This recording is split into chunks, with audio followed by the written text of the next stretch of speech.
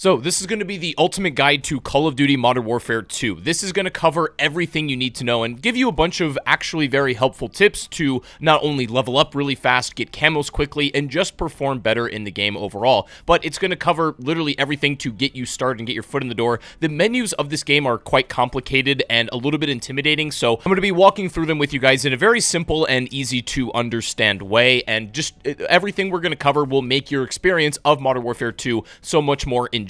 So really quick, I'm also going to be doing a giveaway of 2 copies of Modern Warfare 2. If you want to enter, super easy. Just leave a like on the video. Make sure that you are subscribed to the channel, and also leave your platform in the comments as well as your Twitter handle. I can only do giveaways on Twitter now because there's a bunch of fake YouTube bots, so leave your Twitter handle if you don't have one. I encourage you to make it, but that is where I will be giving you your game if you win. Thank you very much. So when you load up Modern Warfare 2, before you even can start playing the game, you are going to get bombarded with a load of settings and like options that you have to change. We're going to go over the really important ones, and all the other minor ones you can change at your own discretion, but we're going to talk about the things that you absolutely need to take a look at or make sure you have adjusted before you even jump into your first match at all. The first place we're going to start is we're going to scroll all the way over to the right and go to quick settings. Now, thankfully, the UI designers partitioned off the really important stuff to right here, so this is the stuff that I would say is going to make the biggest impact, but we're going to get into more intricate detail with some other things later. But here you can adjust your master volume,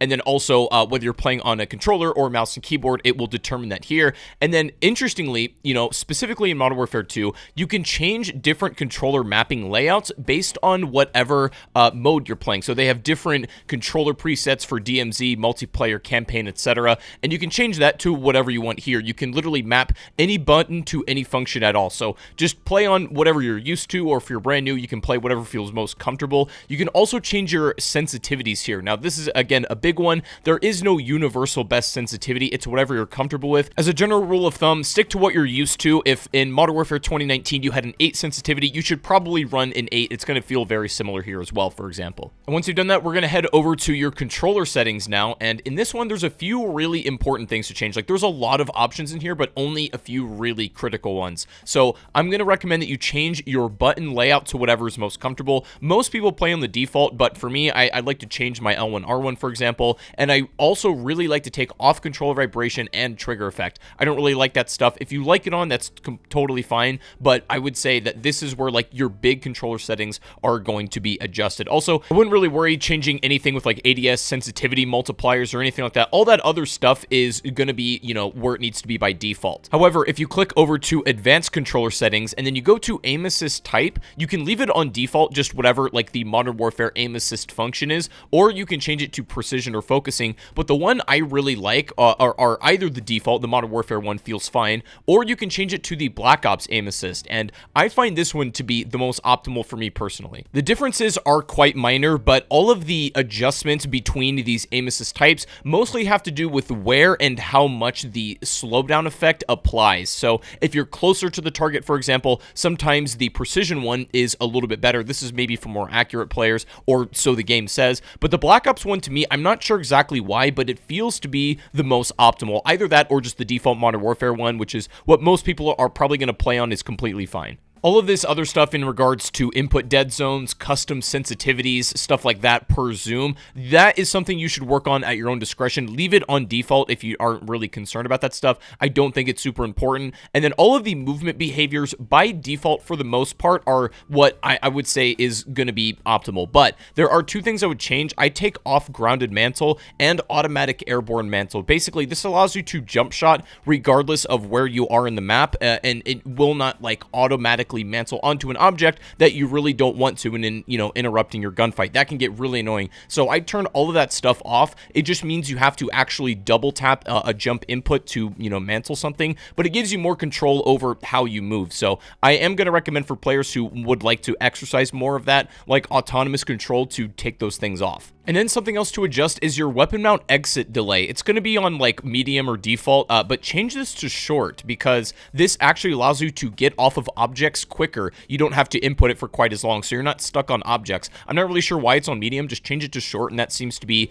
the best option for me. Now, we're going to head over to your graphics settings now, and for PC players, this is going to be more just to do with your actual hardware, so it's a bit more complicated, but for console players, this is going to be very straightforward and easy to do. Now, I'm going to recommend, as always, for every Call of Duty game, take off world motion blur, weapon motion blur, film grain, depth of field, all that stuff. You get rid of this. It's really visual nonsense that you really don't need on screen. For campaign, maybe you can play with this because it looks a little more cinematic, but for multiplayer or literally anything else, go ahead and take those off. Now, field of view, this is something I get a lot of questions about. This is essentially your camera position, and for me, I typically play on a 95 FOV. I know a lot of people max out, and that's completely fine, but the thing you have to consider with a max FOV is that, like, players who are in the center of your screen or who are right in front of you are actually going to be harder to see. Sure, you're going to have more peripheral view, you know, around you to your left and right, but enemies that are in front of you are actually going to be more difficult to spot. So if you're playing things like Invasion, where enemies can be quite far away, you may not want to have this all the way maxed out. I think 95 is the sweet spot, at least for me personally, and that seems to give me the best balance between peripheral vision and being able to see targets that are directly in front of me. Now, it's not just typical camera FOV that you have an option for, it's also your weapon FOV. So you can have it on narrow, where the gun looks really close to your screen.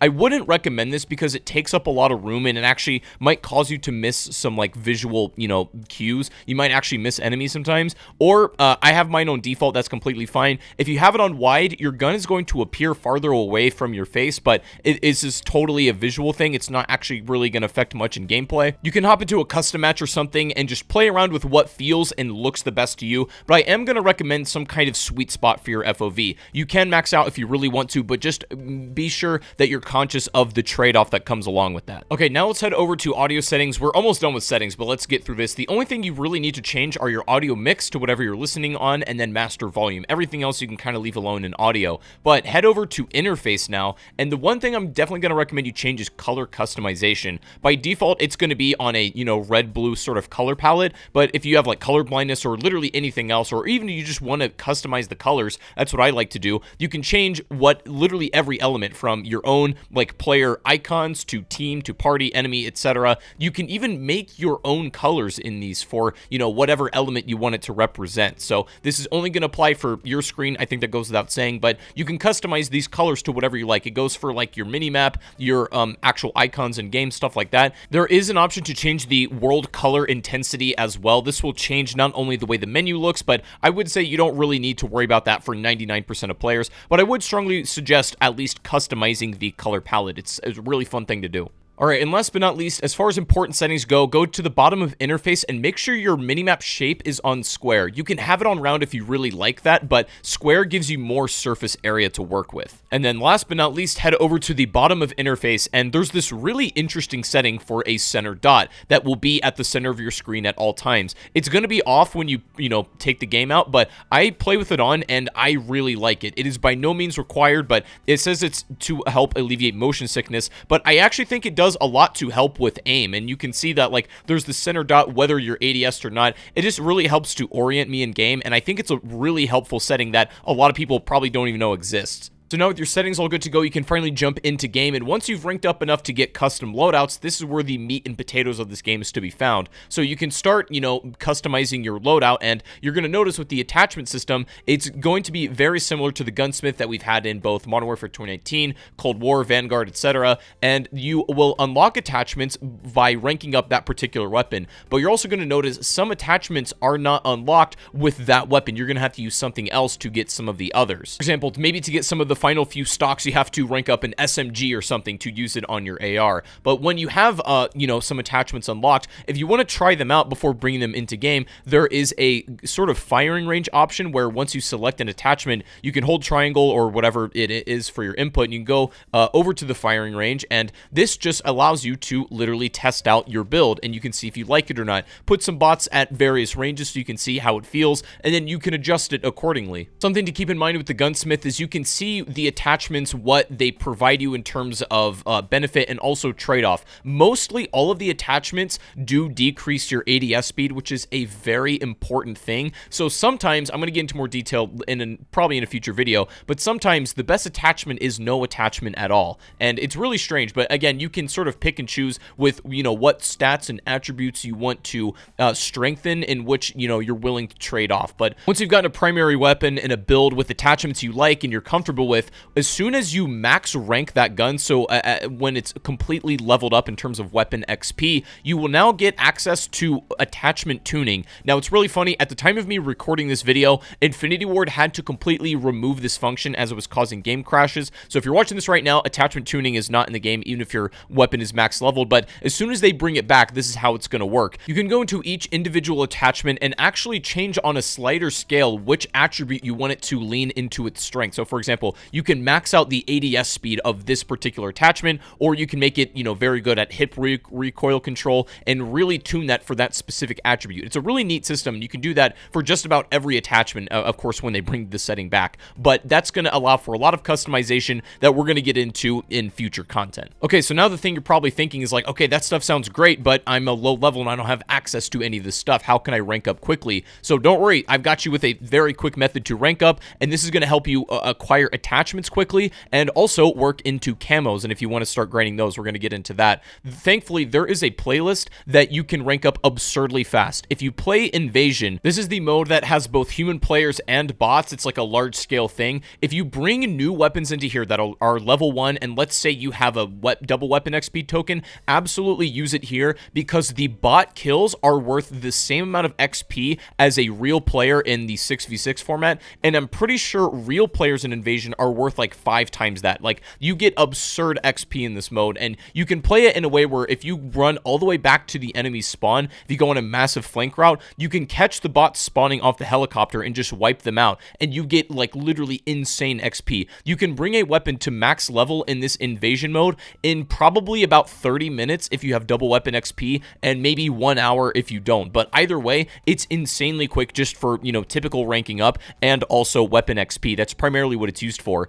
But if you're just looking to get XP in general, you can do your daily challenges. That's something that's going to refresh every single day and is extraordinarily helpful. And then, of course, if you have any XP tokens laying around, they can be found in the multiplayer menu in this little tab here. Now, these do run on, real time, and there's no, like, actual counter in the UI to know, like, how long you have left on that token. You kind of just have to manually check it. But these will give you an insane XP if you play Invasion, or you can literally rank up also in 6v6. It's just way faster in Invasion, particularly with weapons, and that's also going to assist you in getting weapon camos, because the way that the camo system works, you generally need to have weapons that are of a specific level before you can do its challenge. So let me show you what I mean. Imagine you want one of the solid color camos that you've been seeing in my gameplay, either the blue or the white, whatever. When you go to a gun's camo, you're going to notice that it has like 4 camos that are unique to that gun, and that will unlock it for every other weapon in the game. And then once you get all of that particular gun's camos, it's going to give you gold. Now, you're going to notice that there's like a billion other camos in the game, and those are all associated with a particular weapon. And what you're going to notice is the weapon that it's associated with, once that is a certain level, you're going to have a challenge. So, for example, the solid white camo, you need to level up the MP7 to around like max level, basically. And then you need to get 10 double kill medals with that weapon that it's associated with. So you get 10 double kill medals with the MP7, that's going to unlock the solid white camo. And then once that's unlocked, you can use that on any other gun in the game once you have it unlocked. You don't have, it doesn't have to stay with that weapon, it's just unlocked through that weapon, if that makes sense. And that goes for every gun in the game. So that's why if you're attempting to unlock a bunch of really cool camos, that you play Invasion and you rank up those guns as quickly as possible, because that camo can't be unlocked until you get that weapon till about max rank. Now, let's talk about something really fun in Call of Duty, the Killstreaks system. And in Modern Warfare 2, it is following in the footsteps of MW 2019. I'm pretty sure that's the first game to have this, where you do have typical Killstreaks, but you can also go ahead and flip the system to scorestreaks if you want. If you're playing more objective-based modes like hardpoint, domination, stuff like that, it may be more advantageous to run score streaks, but in general, if you're playing things like TDM or kill confirmed, I think kill streaks are probably the better option. It just depends on, what sort of things you're going for, but you do have the complete ability to change this at your liking. And keep in mind, kill streaks are associated with like just your actual player and not any class, so you cannot select different kill streaks for different loadouts. It goes like universally, so make sure you have what you want before you jump into game. So you cannot change your kill streaks in game. However, you can change your perks or your perk package within the match itself. You can build a couple of different varieties of these that you can actually switch however you want. Now, the perk system works where you basically spawn in with 2 perks at the beginning of a match. These are your basic ones that you can have. They're not particularly, excellent or anything. They're just very average, but then you will earn a bonus perk about midway through the match by performing well or, by getting kills, capturing objectives. And then later in the match, you're going to get your ultimate perk, which is where things like Ghost is, your UAV blockers, that kind of thing. And these can be either preset classes that you get that the game just gives you, especially if you don't have them unlocked yet. But as you rank up, you can make your own custom perk packages with however, you want to mix and match these. But just be aware that some of the effects of these perks will not be earned until some point later in the match. And it will tell you when you do. You just have to be conscious of knowing what you have and when you have it. And then also be aware that the enemy is also getting these perks later throughout the match as well. So if you start to realize that there's less red dots on the minimap as the match is progressing, that some of your enemies might be playing with Ghost.